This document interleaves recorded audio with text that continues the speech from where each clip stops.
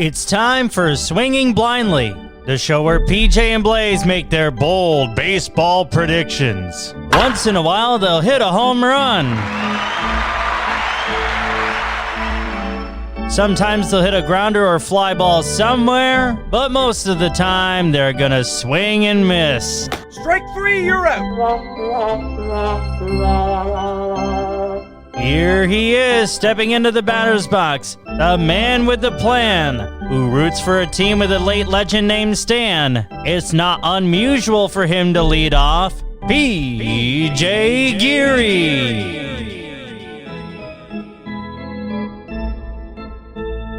A show with a couple of Joe Schmoes, bringing you what you don't even know that you need. We have info for days, even when we are in a daze. But that will never faze us here as we swing blindly for the fences and don't ever care where it goes. Welcome, welcome, welcome to another edition of probably the best baseball podcast you could find anywhere. It is the Swinging Blindly podcast with yours truly, PJ, and my good friend Blaise. Blaise, how the heck are you? You know what? I did that intro, and I didn't think it was going to be that great, but it was short and sweet. I thought it was adequate. I would say it was adequate. So I'm doing fine. It's good to be here wherever you get your podcasts, and of course via the Pacifica Radio Network of low power FM radio stations. So good as always, my guy. It's a little bit of extra time away that we're not used to when doing these shows. Hard to believe that 3 weeks ago we had a guest on, Brett, and shout out Brett, yeah, and that was a really good show where he and we went back and forth about the Yankees, and I had my take, and I still stand by it about Aaron Boone and Brian Cashman. I think you guys did. You might not believe it, but I think you guys ended up becoming best friends by the end of it. So. I would agree. I would agree. Yeah. It was a really good show, and I really appreciate you bringing us together as baseball seems to do. There you go. And you know what? Great way. I don't know if the people heard me, but you cracked me up with that was adequate. But our yes, no, I would agree. Our show with Brett, I think, was more than adequate, and it was terrific. It was nice for me to bring two like-minded baseball fans together, and we got what we got, and you're both an entertaining fellows, and we made the best of it. So and definitely we'll have him back on, and for sure, I think we'll and have others. More people. Yeah, exactly. I mean, it's hard to believe. I mean, because we've been taping shows now for what, about 4 years or so? Yeah. Hard to believe, and that was the first time we'd ever had a guest on. And shout out to us, went very well. It did. It could have gone worse, knowing us. But it didn't. Right. It's hard enough. It's hard enough to do a show, and sometimes it comes across when you are in two completely different places and you're doing this stuff over phone or Zoom, like we have all except for one time. And then when you add a guest into that, when this is the first time we had ever had a guest, it really went quite well. Yeah. But so shout out Brett, shout out the Yankee fans, I guess. But today, Blaise, as we promise, it's in our, we tell you, we have our homerism, and we touch on that every show, but we are a show that dedicates itself to covering the entire game of this wonderful sport we all love. And I figure, we're not quite there. We were talking off air. We're not quite at the quote unquote quarter mark. And you actually said it to me just a minute ago. Memorial Day is kind of like where the first kind of gauge of how the season is going kind of goes, and I appreciate and I agree with you. But such as this show, we're recording it when we're recording it. We're going to talk the entire league, Blaise. And what better way to do so than go through the roundup, as I'm calling it, the standings roundup, where I'm going to go through exactly what it sounds like. We're going to go through every division, talk where every team is sitting as of right now, and we'll give a little some insight, some surprises maybe, or even just a couple of sentences on our thoughts on each division, and we'll go from there. Does that sound like something you're willing to do? It absolutely does. As we tape this on Mother's Day, and certainly a happy Mother's Day. Shout out the moms. Yeah, and not only to the moms, but the people out there, the dads who are single parents that are also having to do the stuff, of moms, and I think that's a very important thing to point out, and I do the same thing for Father's Day as well, but I wanted to mention that we are taping this on Mother's Day because, Major League Baseball, they do the pink bats and all that stuff for breast cancer awareness. And this is what our barometer is as PJ starts to sound from the batter's box and goes around, with the standings. So this is when we, as he's giving you the standings, this is what we're looking at. Just to contextualize it for you. And just on that, just another shout out, because we couldn't be doing what we're doing right now had it not been for the moms in our life. So no doubt, just a huge shout out. And I love and you brought it up, I love the pink on Mother's Day and just for breast cancer awareness in general, whenever they do that type of thing. Absolutely. Just so the pink bats, and it's always so. I mean, hey, my guy Nolan Arenado homered with the pink bat today, and you don't think that I loved it? Of course I loved it. So just very cool, and it's just a shout out. And like you said, we'll do the same thing on Father's Day. So, we won't discriminate, but today happens to be the day for the mothers out there, and shout out to all of you. So definitely worthy of said shout out and said couple minutes spent on that. But as you said, Blaise, and as I alluded to, let's go around the league with our standings round up. Let's just start right up.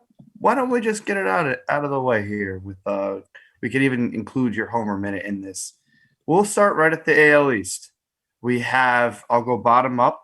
We have the Orioles sitting 15-19, Rays 18-17, Blue Jays 17-16, your New York Yankees 18-16, and I think what will be the surprise for both of us, arguably the surprise of Major League Baseball so far into this young season, the Boston Red Sox with the best record, Blaise, in the major leagues at 22-13, sitting here on Mother's Day 2021, 3.5 games in first place. What are your thoughts?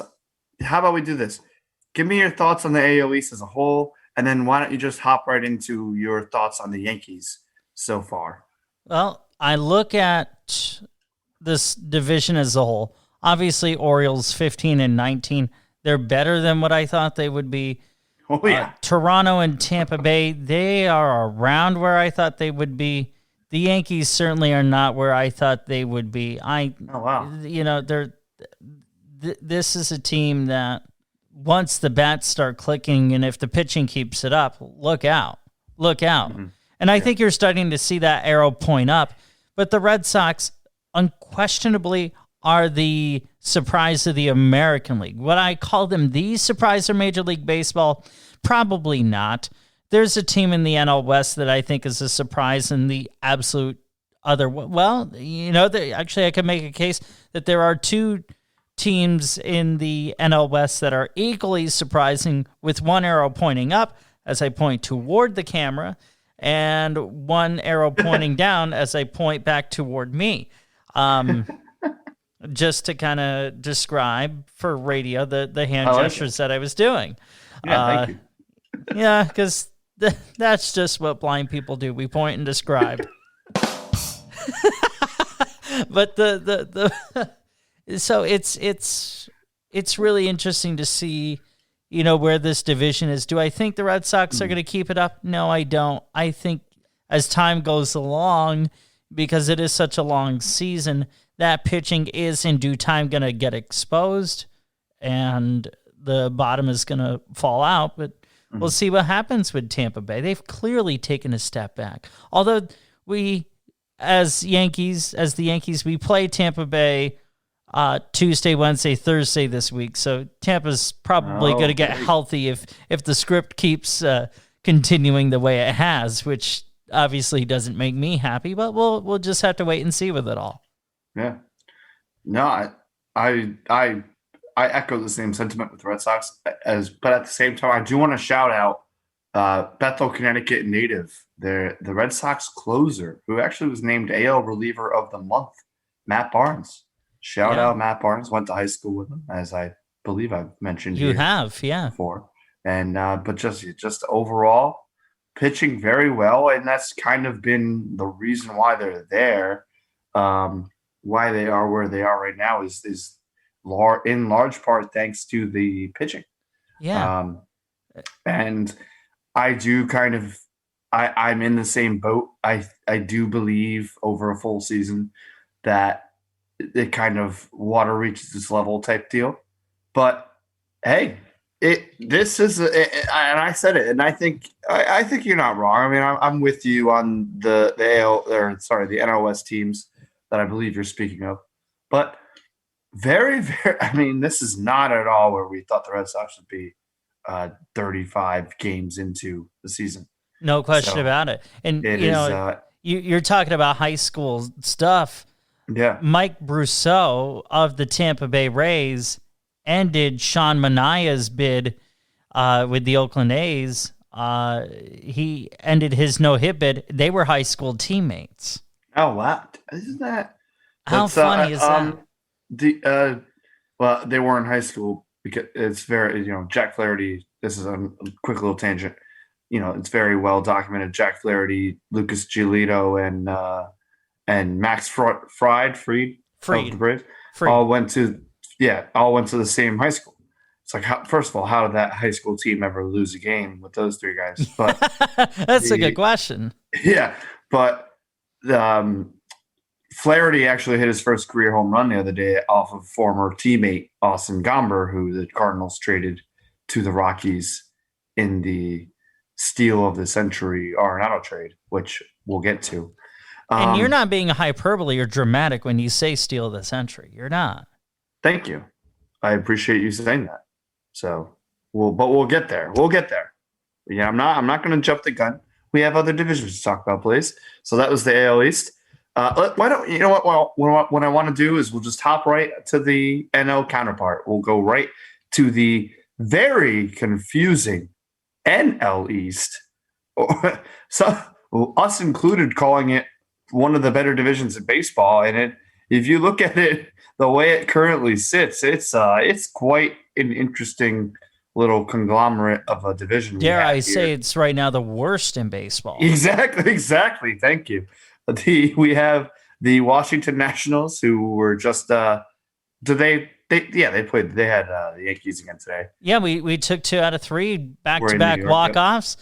Stanton with the base hit, and it was a beautiful thing today. Yeah, didn't even really let you get into your homer minute, so you could do that. No, that's okay. No. Okay. I mean, we'll wait. I gave you the homer 30, if you will.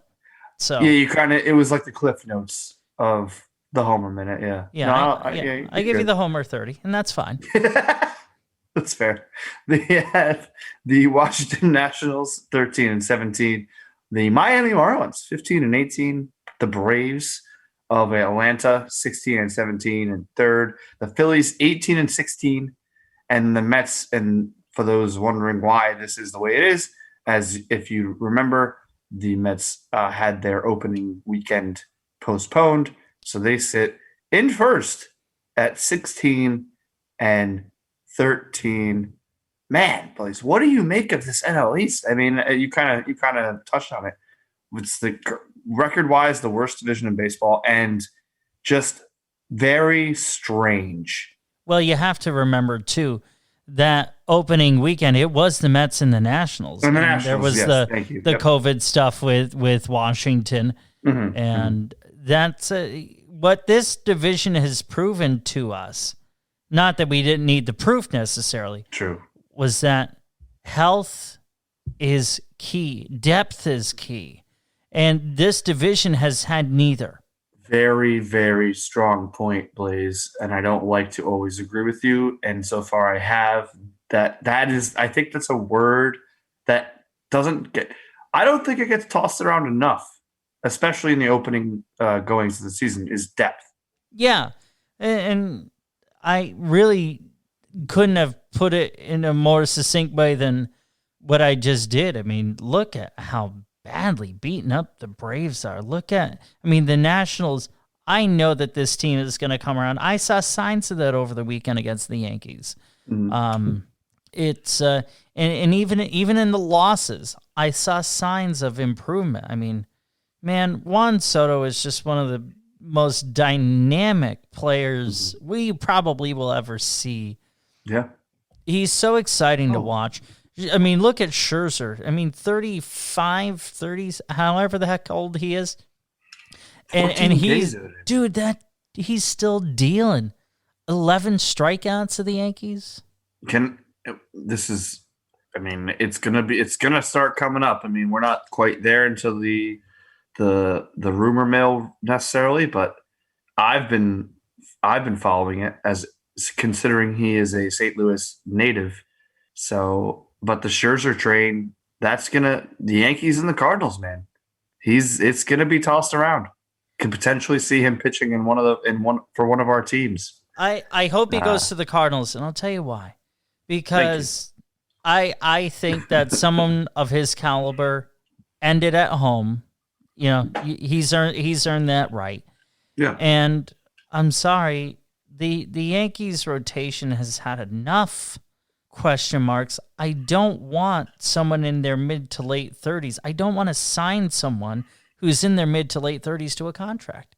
I don't. I appreciate that take, and it's very easy for a Yankee fan to just say, "No, give me that fresh prize." And I mean, we both know he's a talented guy, but yeah, he is of that ilk. He is getting up there.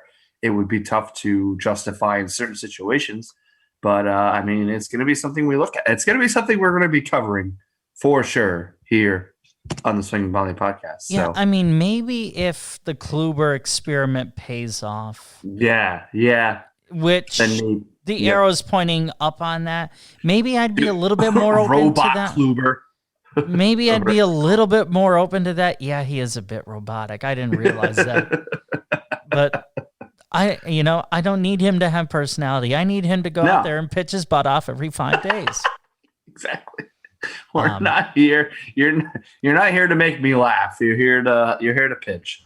Right. Right. Corey Kluber is not someone who's going to go up there on a stage and do stand-up comedy and nail it. He's just not that guy. And that's he's not okay. like you, who could do that without even blinking. Well, actually, I tried, and I was really? a few years ago I tried, and I was so nervous, and I drank too much whiskey, and I had a couple of good lines. That'll do it. I don't know. You have to do that again. The people here, including myself, Blaise, especially now you carry yourself so well. I can only imagine it would only go better if you were to give it another shot. Well, here's the thing. I'm not one of those people, because stand-up, you kind of have to plan out your humor. I'm not really good at that. You fire from the hip better than anybody. Yeah. I don't know about anybody, but yeah, I'd say so. And that's just how I am as a person. I'm very much like, okay, let's just go with it. I am not someone who does good. Like if I'm practicing for a presentation or whatever, I do terrible in practice. Yeah, you're the Costello.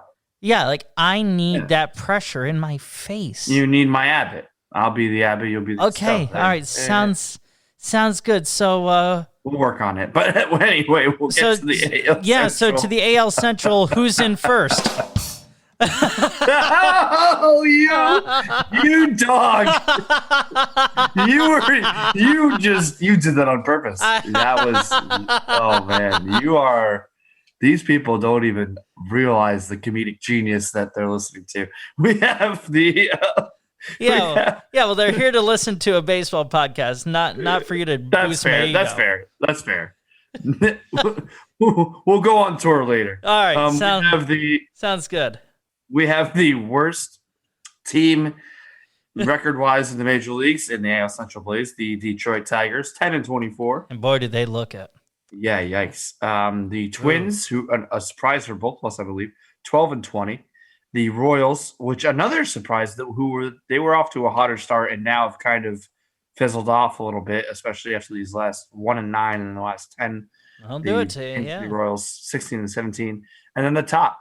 The Indians 18-14, and the Chicago, Tony La Russa led Chicago White Sox 19-13.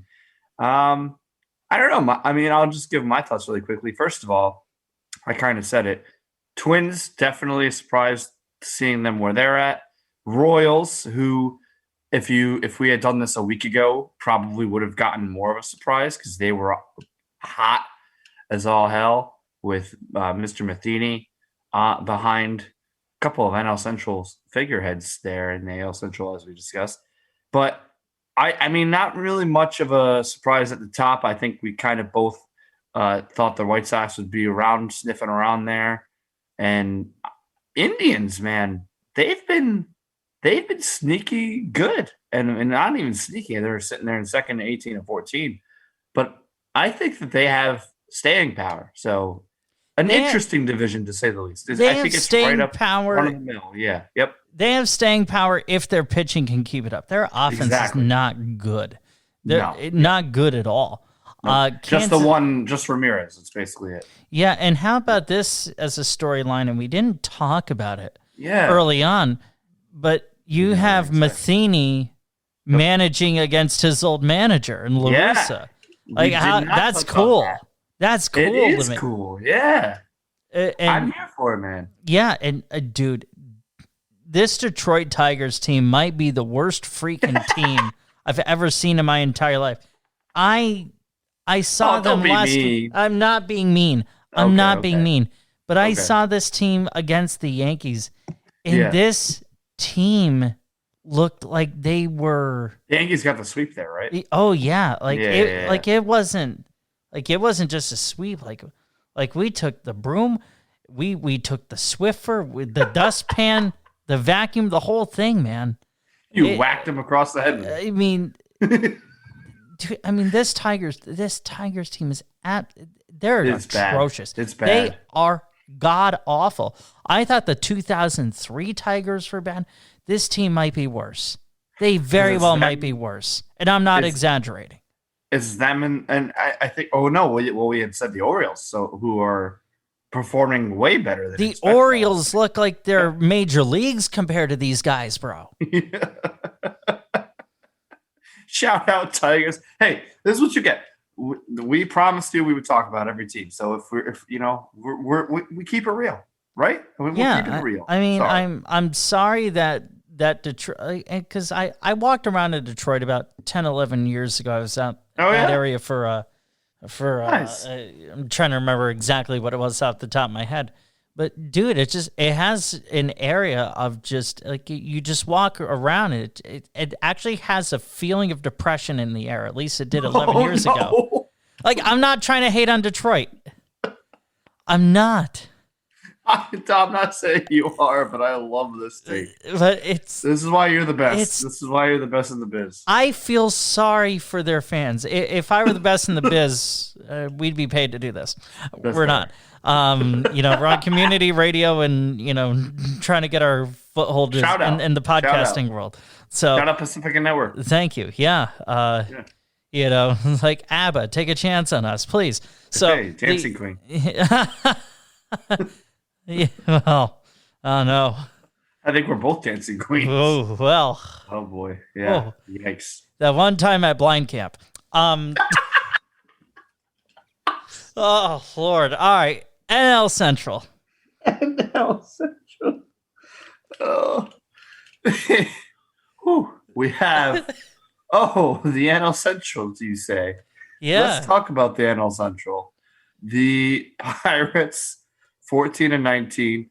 The Reds, who off to a hot start, have since cooled off a little bit, 15-16. This is a division we said would probably be the worst, and it's actually looking like one of the more competitive. The Cubs, 500, 17-17. The Milwaukee Brewers, a cool 2 games back at 19-16 of Blaise, the first place and best record in the National League, the 21-14, 7 games above 500. St. Louis Baseball Cardinals.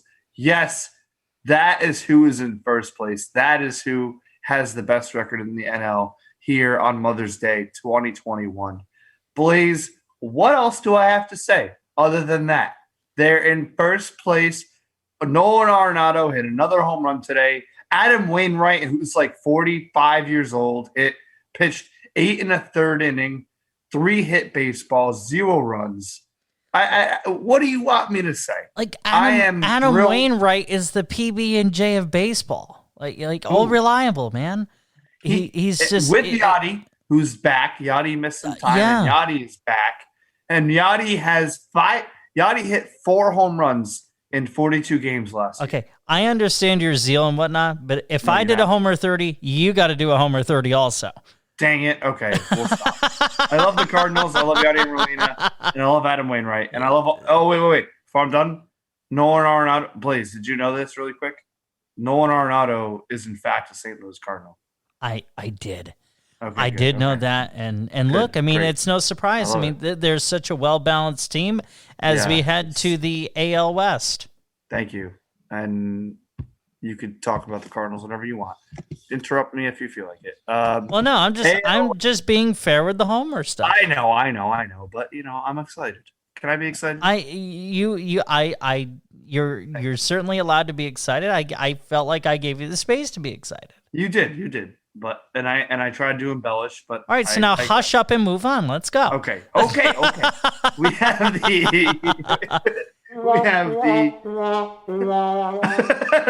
you son of a gun. AL West. We have the treacherous Los Angeles Angels. The 14-18 Angels. We have more. We'll get to it. I forgot about that, and I'll have that in our next segment. But the Angels 14-18. I love it. Very good division now that I'm looking at these records. Texas Rangers 18-18. The Mariners 18-17. Astros 18-16. And the first place and one of the better teams in baseball, Oakland Athletics 21-14. Yeah, it's pretty gosh darn incredible with the Oakland A's. It absolutely is, no question about it. Buy a little time, because there is a clip that I want to get that's actually it was from This Week in History, and it involves an Oakland A. So I'm going to just turn down my mic for a second and give your thoughts, and I'll let you know when I have the clip, and I'll set it up and play it. Oh, yeah. No, so awesome. So go ahead here. Yeah.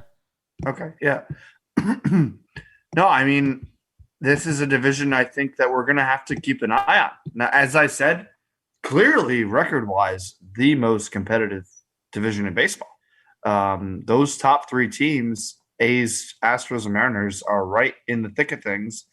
I don't foresee the Rangers being able to have enough firepower to stick around, and clearly not the Angels, which I have something to say about once we're done with this roundup.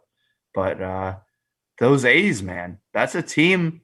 I think we both touched on it too before the season. It's a team to watch for sure. It absolutely is. No question about it. It's what they've done and what they continue to do. You had said you had really quite remarkable. He actually had a perfect game at one point. He was humming along, and then he had to walk and all that stuff. I don't know about you, but like if I ever hear, just as a baseball nut, if there's a guy with like a no hitter or perfect game, like after 5 or 6 innings, sometimes you get like the little updates or you'll find out about it as it's going on. I love, like, it doesn't have to be the Cardinals. I'm just such a baseball nut. I will turn on any game that has anything like that happening because I want to say that I was like listening or watching when that happened, So I always, and we've had a couple of them. We'll get to that. We'll get to that after the standings, but it's been a year for moments like that, and we're just in the beginning of May, so no doubt about it. Yeah, I can't find. I'm having a little bit of hard time finding the clip that I was looking for. Oh, no. But basically, no, it's all good. Okay. It was Ricky Henderson on. It was. He right around this time he broke the Lou Brock stolen base record, 1991. It was a fantastic call. Yes, the stolen base wizard. Yes. This happened. This was probably like a week or so ago. Yeah. I remember seeing. I want to try and find this clip again if I can. I know exactly what you're talking about. Yeah. So, why don't you run through the NL West here, and I'll give this another shot here. Yes, yeah. We'll hop on over to finish it off with our league roundup as we do, because we tell you, and we'll never steer you in the wrong direction. We cover every team here. We love our Yankees and our Cardinals here on Swinging Blindly with PJ and Blaise, but we cover every single team because we have something to say about every single team. So the NL West, we have the lowly Rockies who came in and got embarrassed by the Cardinals as they pay Nolan Arenado to hit home runs against them. That's another story for another day. 12-22. We have the Diamondbacks, who were off to a great start with behind, and shout out them. Shout out Carson Kelly. A very, very good start for the former Cardinal catcher. 15-19 there in Arizona. Padres, 18-16. Dodgers, 18-16.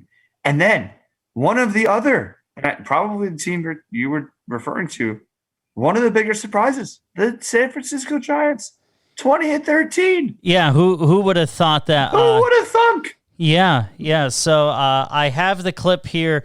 This is from A's Radio. You may want to turn down your headphones on your side. Turn off your mic. You'll hear the clip and everything. Gotcha. So this is how it sounded. It was on May 1st, 1991 at Oakland Coliseum, courtesy of A's Radio. The A's having come from behind a 1-0 deficit. Ricky goes, a pitch taken, he's going to have it. He does! Ricky Henderson, no contest, steals third base, jerks the bag from its moorings, and holds it aloft, representing number 939.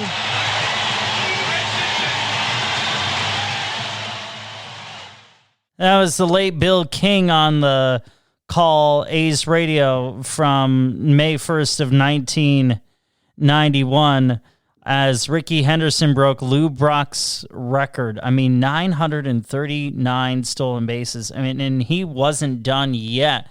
And it's just, and I wanted to play the clip, PJ. Feel free to come back on and whatnot here. It's really just absolutely incredible, because that's a part of the game that we don't see hardly at all anymore. Yeah. Wait, can you hear me? I've got you loud and clear. Yeah. Okay, cool. Dude. Yeah, you're talking about stolen bases. Yeah, especially how often do we see a stolen base of third? That doesn't happen anymore. Yeah. They don't steal third base anymore. And that's what he did, and it was iconic. That's an iconic, and that was actually really cool hearing the call of it, because I've seen the image so many times of him with the bat. When he holds the base above his head like that, just to hear that call though, and you could feel the importance. And as you said, it's a part of the game that we just don't see anymore. It stinks. It really does. Yeah, and another reason why I wanted to play that clip is to really kind of say and have the action speak louder than the words that I would say, which is when baseball is when the A's are well, baseball is better. Yes. Great.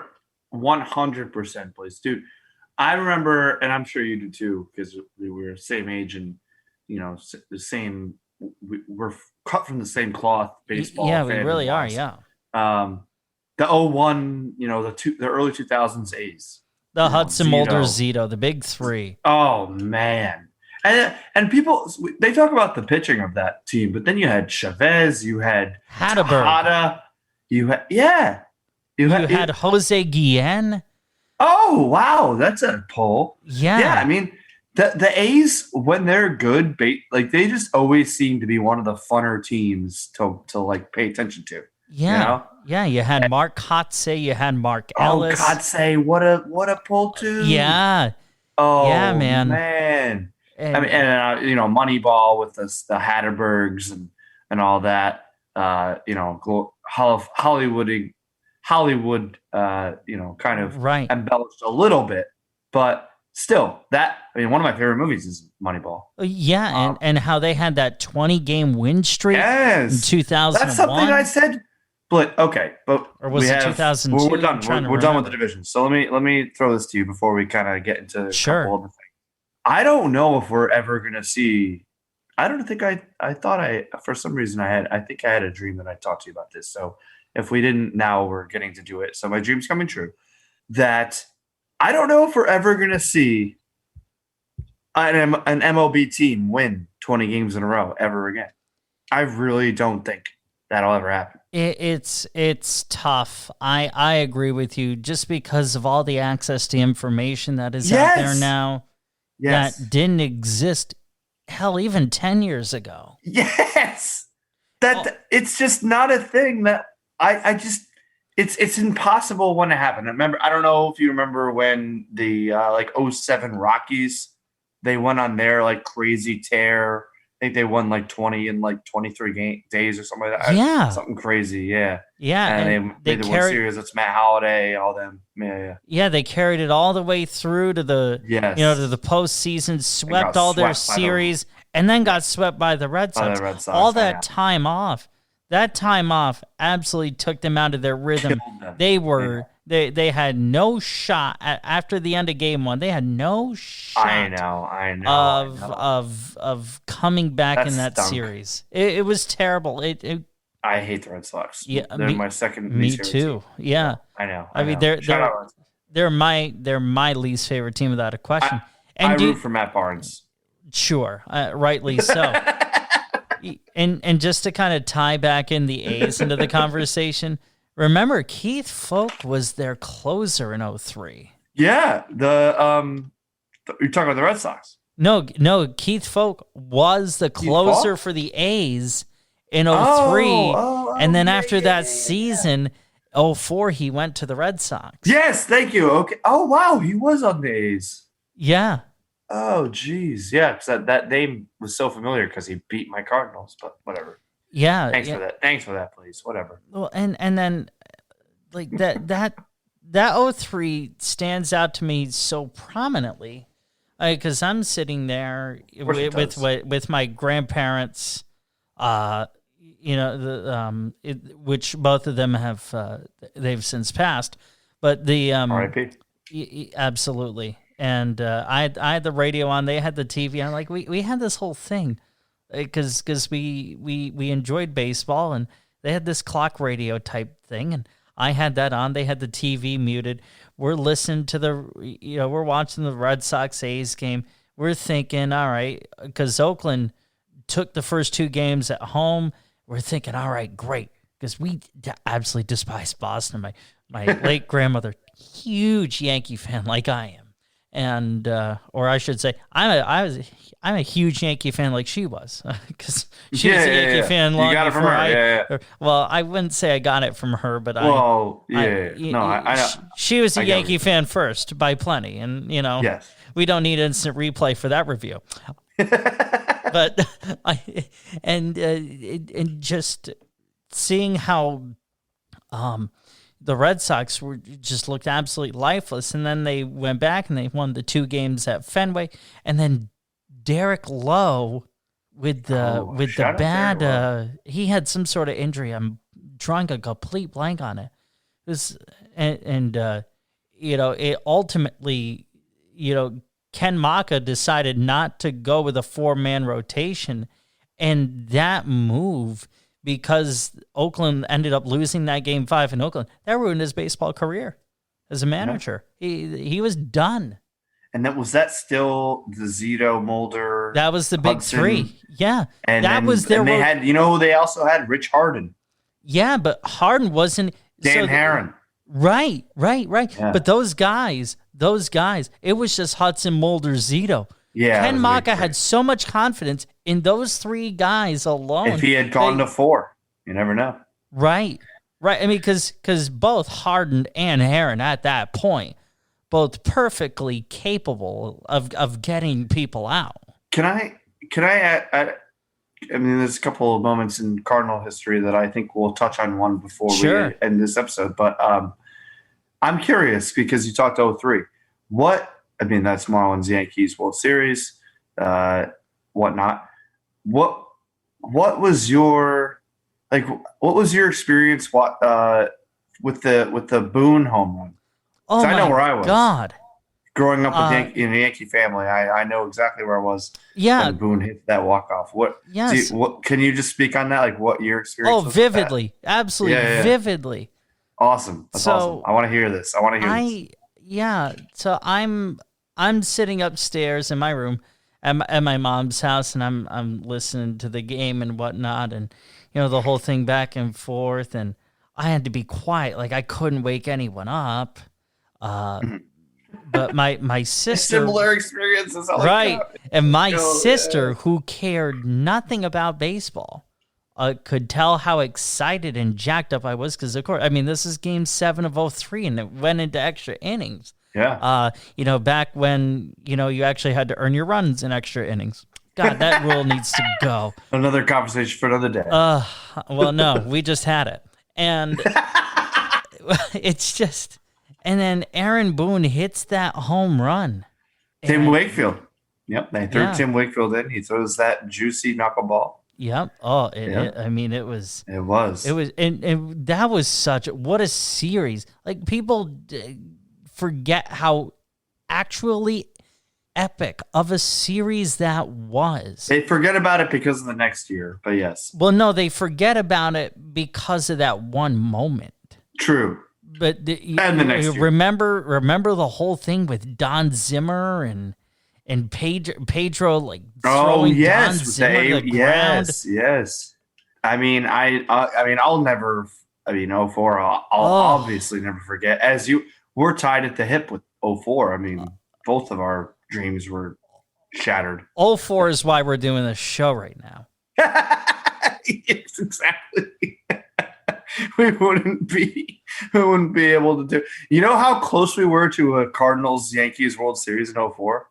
So close. Oh wait, you do know because you were a game away for 4 games, but that's besides the point. I'm about to end the Zoom meeting. I'm sorry. That was really mean to me. I didn't mean to do that. I know, that was really mean. That's that I get it. Your team is in the lead.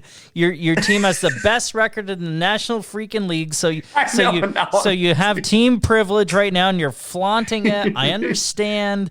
I can't fault you too much for it. No, I didn't do it on purpose. But I have to tell you this, please. And I was going to say this. I was going to save it for when we're off air. But yeah, this has been this has been so good so far. Just not to toot our own horns, but this has been great. It has. But let's move on a little bit to 2 things. So I have. I think what I wanted to talk about the no-hitters. We could briefly touch on it for a second. 4 no-hitters so far this season. It's I saw a stat that it's the most in this short of a time frame in baseball history since 1917. Really cool. Thank you. That was the stat I saw. See, this is why This is yin and yang, peanut butter and jelly, as you mentioned. That is us. That's crazy though. But I don't know if it's the ball. I don't know if it's the fact that the hitting, other than the St. Louis Cardinals, who are currently have the best record in the National League. It's clearly the hitting. Yes, I think so too. I think it's the approach that most teams have now, which is to hit the ball out of the park or nothing. Right, because it's not the ball. I mean, because if it were the ball, like the ball wouldn't be jumping off people's bats. You wouldn't be seeing a pitcher for the Braves hitting a 427-foot grand slam. He's pitching right now. Yeah. You wouldn't see. But that's the thing is, like, you wouldn't see Acuna hitting a ball 500 feet practically. And home runs aren't down. Like, they're still being hit. So anything about the ball, I think, is null and void at this point. It's just pitchers are just so much better nowadays, and the approach at the plate has changed so much. And I think that's why we're seeing it. I think we're going to continue to see more. So that's why I didn't want to touch too much on it, just because I honestly think we're going to see an uptick of no hitters. Yeah, something to keep likely. An eye on. Yeah, I mean, but how about Wade Miley, who up to this point has been an absolutely dreadful pitcher? Yeah. I mean, I don't know his stats off the top of my head. I just know they're not good. You've rarely seen him pitch what even is considered a quality start in today's day and age. 6 innings, 3 runs, which to me is way too generous. Yeah. You should be able to, not give up a run for more than 2 innings on average. On average, yeah. And it's, I mean, you're speaking facts. Yeah. Rodon, that's not a surprise. You had, what was his name for the Padres? Musgrove. Yeah, Joe Musgrove. I mean, the first one in Padres history. He'll never pay for a beer in San Diego ever again. Nor should he. And they have really good beer out there. Yeah, there's a thing too. Oh man, some of the best IPAs. I kind of want to find it. There was some place named something after him. Oh man, I'm not gonna be able to find it now. The Musgrove Mule. Yeah, was that it? I don't know, but but if that was, that was amazing on your part. I mean, but if it's not, it's still amazing on my part that it just popped right into my head. It was something like that. He, as you said, should never pay for a drink. He should have the amount of babies that are gonna pop out in 8 months named Joe is incredible. We'll have to track that for the people. Or have Musgrove as a middle name. Yeah. People getting creative out there. Because also too, the Padres have a relevancy that they haven't had in this league in a really long time. Yeah, no, you're exactly. They're kind of in the limelight, as you would say. Yeah. Yeah. So, very, very cool. And then who is the other person? Oh, it was John Means. Oh, John Means just the other day. Cincinnati Reds. Yeah. No, Baltimore Orioles. Oh, yes. Sorry. I don't know why I said Reds. Because Miley was right? Yeah. Yeah. Jonathan Means is. Yes. Look, he means business. Lefty. Yeah, and unfortunately for him, he's pitching on an absolutely pathetic team. Yeah. With the Orioles. They shut out the Mariners 6-0. I have an idea for you, PJ. Okay. I think I have a solution to a lot of this home run stuff. Oh boy. Let's hear it. Make the ballparks 400 feet symmetrical all around. That would with be 20-foot high fences. The Polo Grounds. Are you familiar? The Polo Grounds was much worse than that. I know. I just remember old video games, and the fences are 430 feet. Center field's 450.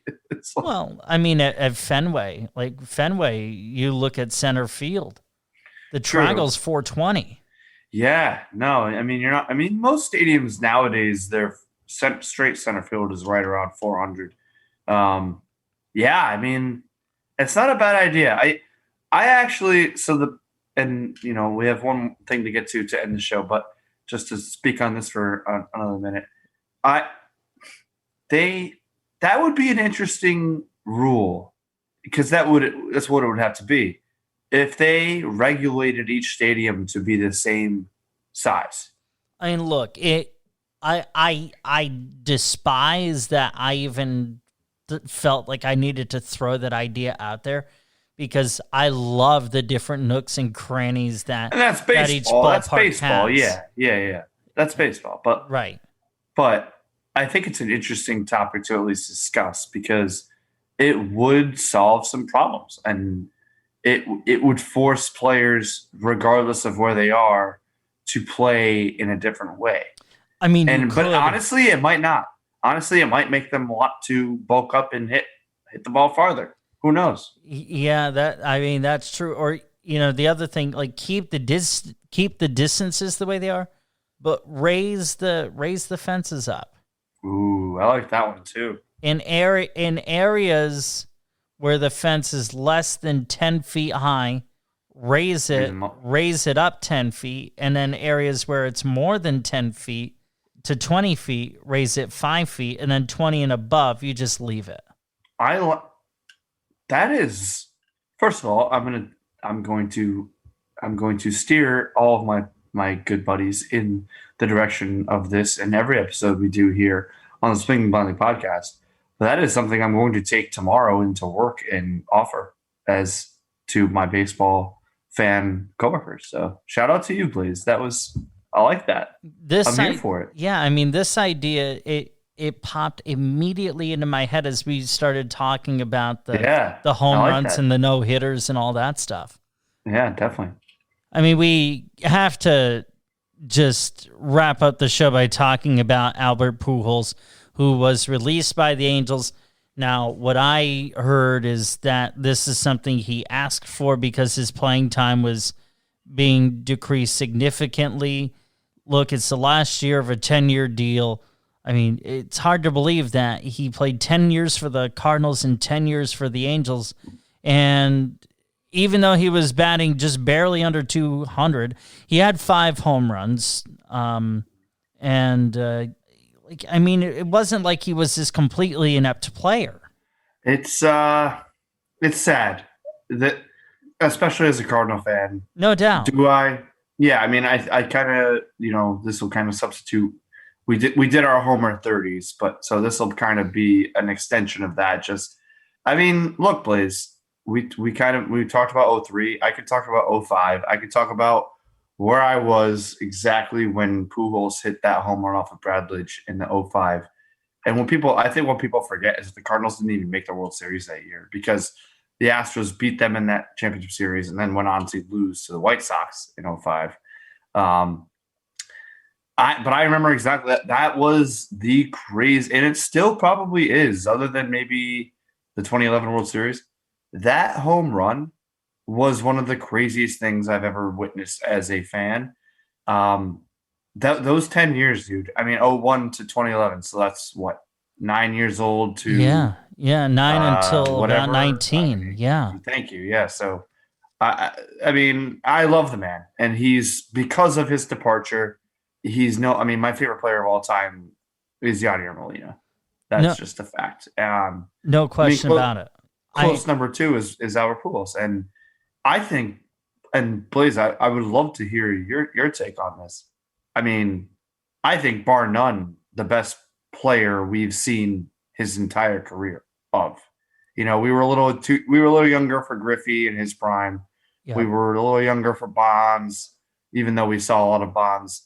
Pujols, even compare. You could compare. Pujols had a better career than both of those guys. Or maybe not Bonds, but. Well, I don't think you can necessarily compare the careers simply because it was an infielder versus an outfielder. That's fair. Yeah. Just kind of keeping in mind that we have about 2.5 minutes, including the wrap up here. But the talking Pujols. Yeah, I mean the point is, this is a man of incredible consistency. By all accounts, just an absolutely decent human being. I was very critical of him when he left the Cardinals and signed that deal with the Angels. I did not like it at all. It sucked. I thought that was such a betrayal, and I still do to a degree feel that it was a betrayal to a city that he could have had a key to. Let's be honest. Should have had a statue, yeah. And look, as the Cardinal fan here, of course I hated it. But what I kind of say, and what I've told myself, would I have loved for him to be a lifelong Cardinal? Of course, just like Yachty. But I don't think we have Goldschmidt, and I hate saying we. I don't think the Cardinals have Goldschmidt. I don't think they have Arenado without the departure of Pujols, because that contract was it was an albatross regardless. And that's not his fault. He got his money and he took it, and that's fine. But that all being said, I don't know where he's going to end up. I don't know if he'll even get another job. I would love for him to just have a bench role in the Cardinals. That would be ideal for me. But regardless, Blaise, I'm glad we were able to take a couple minutes to talk about Albert Pujols, and arguably one of the best players me and you have ever seen. No doubt about it. I actually think the White Sox make a lot of sense because they're down. La Russa said no, so I don't know. Well, that could be pandering as well. You never know. I don't like La Russa. I'm not a fan of La Russa right now. So well, I mean, it's I'm not even looking at it from that perspective.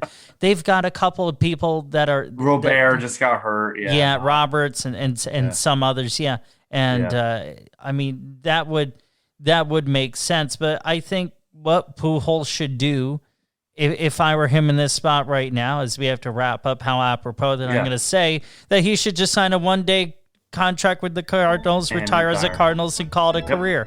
And we have to call it a show, my guy. Yes. Great show. Absolutely. Love you. Love talking Pujols. Love talking baseball with you, as always.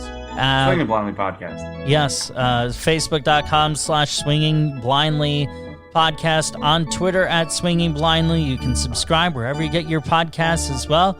And thanks to the Pacifica Radio Network for giving us a voice on community radio space. My guy, if we swing and miss, who cares, right? Who cares? Because we're swinging for the fences blindly, and who cares? Absolutely. We'll be back out of the bullpen in a couple of weeks.